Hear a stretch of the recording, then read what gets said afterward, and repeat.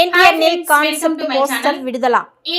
Junior NTR Prashanth Neel combination లో తెరకెక్కుతున్న dragon నుంచి మరో అప్డేట్ వచ్చింది. గురువారం రాత్రి 7:56 ఈ సినిమా కాన్సెప్ట్ పోస్టర్ విడుదల కాబోతోంది అని ఈ సినిమాకు గ్రాఫిక్స్ వర్క్ చేస్తున్న జీరో ఎడిట్ గ్రాఫిక్స్ ప్రకటించింది.